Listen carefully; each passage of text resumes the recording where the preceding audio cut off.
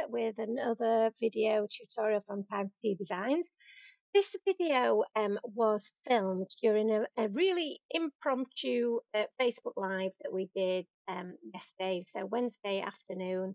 Um, I know we're all going a little bit stir crazy with the self isolation at the moment, and I certainly was. So I felt like a bit of crafting therapy was required with some of my crafty friends. So um, we got together, a few of us were around to watch me craft and chat, and we made this really cute card. So it's just a really quick video today. I'll just talk you through my process.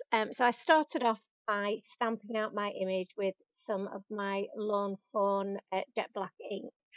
Now I'm going to be colouring with some polychromo pencils today, so that ink is perfect for that, but it is also great for use with your alcohol markers.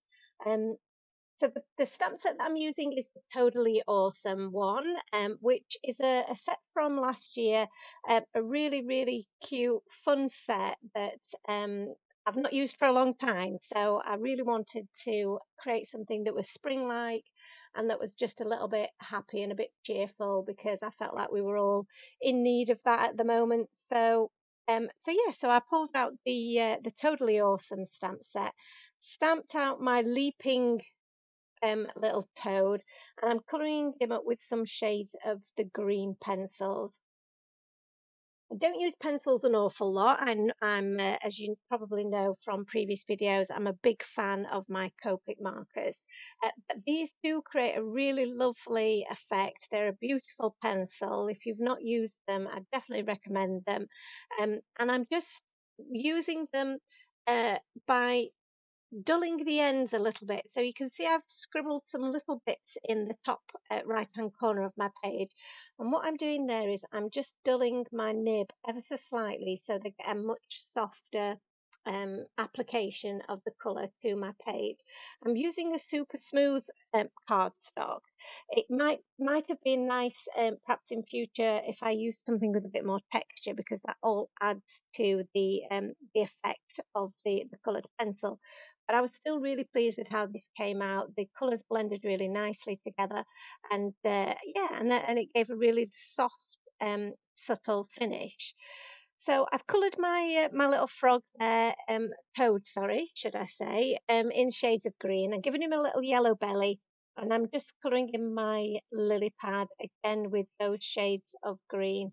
The great thing about pencils is that you can sharpen them up so that you can get into the finer detail, but just by um, dulling off that nib a little bit, it means that I can also get a softer application. So for my flower, for example, just applying a light red colour all over the surface of my flower gives a really nice base colour.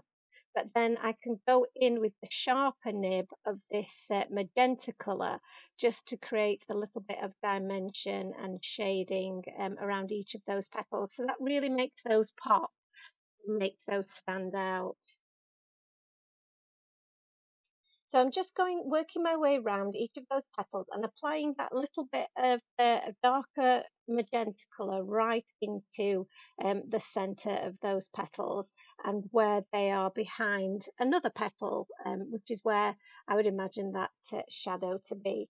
So I'm just working my way around my little flower, adding a little bit more and getting a little bit darker and adding a little bit more depth as I go along. So now I'm just thinking about adding a little bit more shading to my frog. So you can see here that I've just gone in with a little bit of grey underneath his head, underneath his belly, and then underneath his legs, and then just around the edges of his face and under his mouth. And I do think that that's given him a little bit more dimension, because I felt he was feeling just a tiny bit flat. So the next thing to do is to colour up our little dragonfly, and I was thinking about what colour scheme I was going to be using in the end, and I really loved these blue shades of pencils that are in the set. They're absolutely beautiful. So I did just go for a monochrome colour with this one dragonfly, kept the wings very pale, and then added the darker blue to his body. And then you'll see as the video progresses that we add a little bit of sparkle to those wings to really make them stand out. So once my colouring's complete, we can now die cut these images. So there is a coordinating die set with this particular stamp set.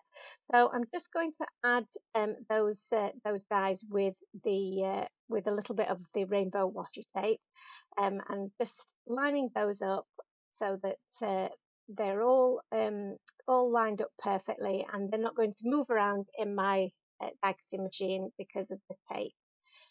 And here are all of those images once they've been die cut. I love that bit of the process when you pop them out of the dies. They just look so crisp and clean when they've got that little white border around the edge. So I'm just preparing my card base here. And you can see that I'm just trimming an A6 piece of cardstock so that it is slightly smaller than my A6 card base. And then I'm also going to cover that card base with some of our Moon Mist cardstock. So again, I'm just using my card base to help me measure, because I don't do any actual measuring, but just using the card base to help me get the right size, and then using my mini trimmer to get that to the right proportions. So now I've just been thinking about the colours that I'm going to use for my background, and I'm just going to do a really simple stenciled background. So I'm first of all applying a layer of my tumbled glass distress oxide ink, and I'm using our beautiful blender brushes, which are so useful for this kind of technique because you don't get any harsh lines at all. You can just go straight into the centre of your page, and not worry that you're going to be creating a mess with your edges. And then I've gone over the top with some blueprint sketch and the ever decreasing circles stencil. This creates just a really pretty airbrushed type effect. It's drifted away into the corners. I've let that fade away as we've gone up the page, so that it blends into nothing.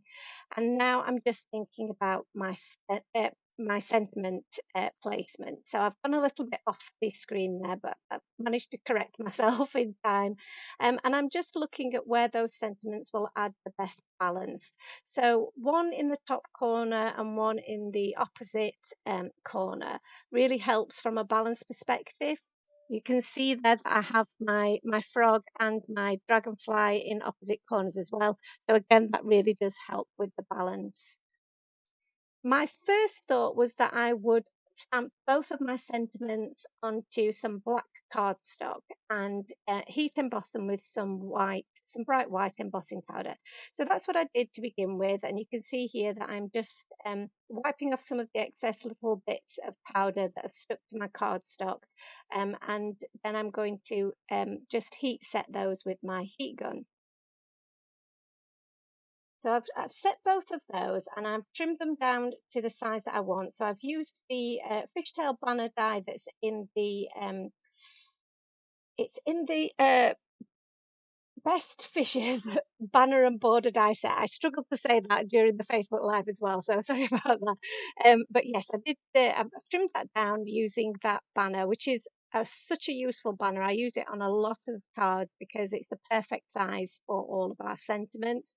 And then this larger one, sorry about the head popping into shot there, but I did just need to get a really good view of what I was cutting because this was a very small piece of cardstock in the end, and I did just want to trim that down using my trimmer. And I've just snipped off the edges of that with my scissors just to get that the right size. You'll see now that when I place that onto my card front, I don't like it. I think that's a Hoppy sentiment is too big and too imposing in that bottom corner. So I decide that I will just place the sentiment there in the corner, and stamp that straight onto my background. So once that sentiment's been stamped, I can now start assembling my card. So I pop the Moon Mist background onto my card base, and then using some more liquid glue, I put my background on top of that, and now I can assemble all of my little die cut images. So just adding the lily pad and the flower to the bottom right hand corner. I had to think about that. And then my sentiment will go in the top right hand corner, and then the little dragonfly will sit just next to that sentiment strip. So one of the things that I'm been dying to use, and we've got in the shop now, are these action wobblers, and they're perfect for this kind of card. So they're just like a little plastic spring, which allows you to get a little bit of movement and a bit of interactivity with your card. So you can see here how he just springs and wobbles when you flick your image, and I just think that's a really nice little fun element. And because he's on a spring, he will flatten down so that you can pop him in the post and he won't cause any extra bulk. So the finishing touch is to add some of my stickles to those dragonfly wings and around my little flower, and then some little clear Nouveau crystal drops just dotted about the background, again just for a little bit of extra sparkle. And there again, you can see him wobbling away on that spring, and I just think that it makes such a really cute card. Thank you so much for watching today. I really did enjoy doing this Facebook Live. It was great to connect with other crafters, as we're all in the same situation at the moment, and it really cheered me up. So thank you so much. If you did like the video today, then it'd be great if you could like and subscribe to the channel. And we'll be with you tonight. That's Thursday, the 26th of March, for our usual Thursday night Facebook Live at 8 o'clock GMT. So we'll see you then. Thanks again. Bye bye now.